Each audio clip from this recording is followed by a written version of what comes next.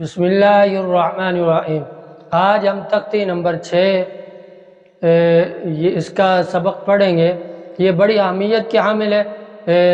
پہلی جو چوتھی اور پانچویں تختی کا یہ مکھن ہے، اس کا نتیجہ ہے، اس لیے یہ بڑی اہمیت کا حامل ہے۔ تو جو حرکات والی تختی ہے وہ اور تنوین والی تختی، ان دونوں تختیوں کو ملا کر چھٹی تختی بنائی گئی ہے۔ جس بچے کو چھٹی، پانچویں اور چوتھی تختی ازبر یاد نہیں ہے، اس بچے کو چھٹی تختی پہ سبق مت دیجیے۔ جس طرح پچھلی تختی کے اندر میں نے بتا دیا، چوتھی اور پانچویں تختی میں، کہ بچہ اگر ازبر اسی طرح سے ہی دونوں تختیوں کو ملا کر اگر اس کا سبق سنا لیتا ہے تو اس کی چھٹی تختی کے اندر کوئی بھی بریک نہیں لگتی۔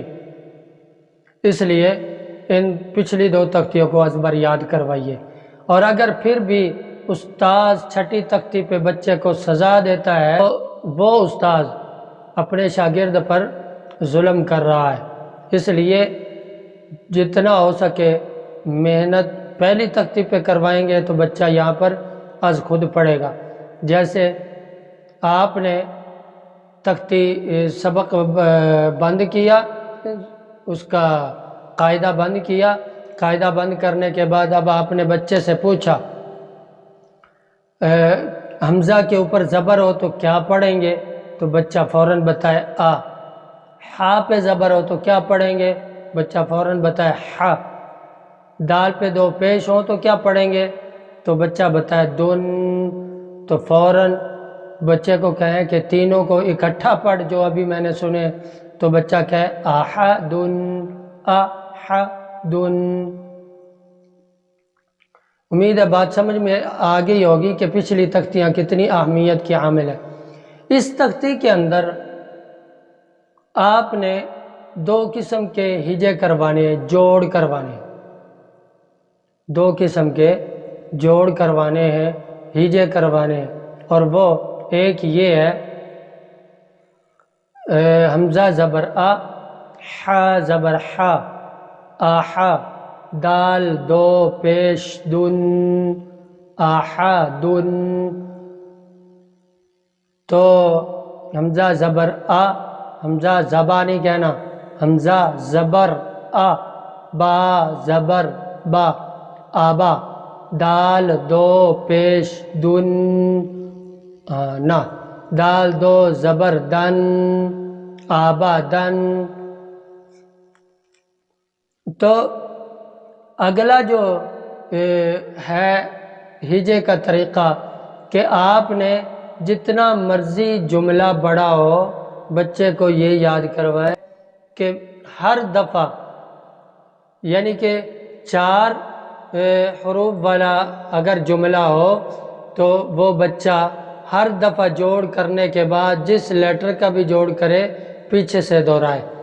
جیسے باراتن یہ والا جملہ ہے، ایک لفظ ہے، تو اس کے اندر حروف کتنے ہیں جی؟ 4۔ تو جوڑ کرتے ہوئے بچہ جب جوڑ کرے تو بچے سے یوں جوڑ کی عادت ڈلواؤ، با زبر با، را زبر را۔ اب دونوں کو ملا کے بچہ پڑھے بارا، پھر اگلی را کا جوڑ کرے را زبر را، بارا را۔ تا دو زیر 3، پھر کٹھا پڑھے بارا را 3۔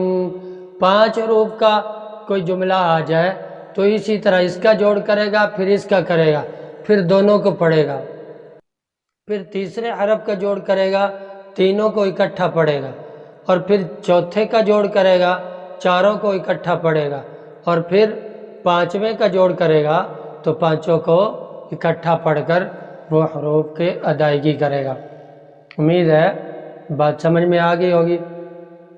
تو بارا رتن، یہ اس طرح سے آپ نے جوڑ کروانا۔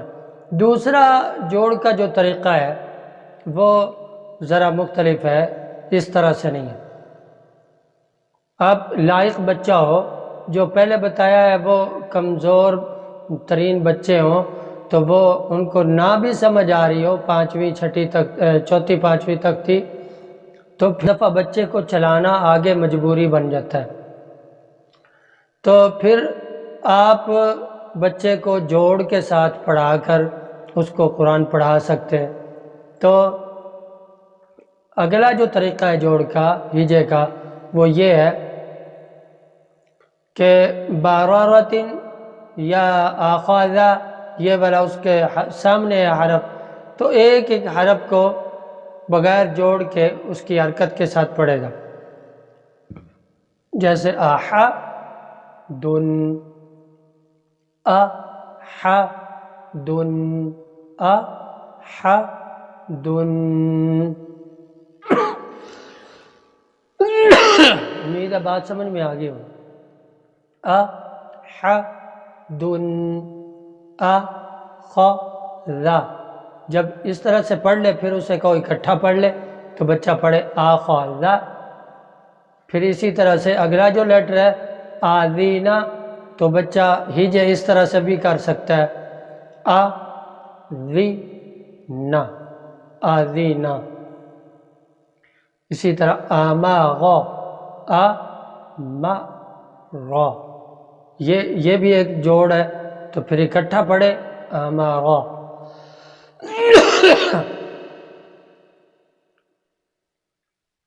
اس کے بعد ہے بچے غلطی کہاں کرتے ہیں عام طور پر؟ ایک حرف آتا ہے اس کے اندر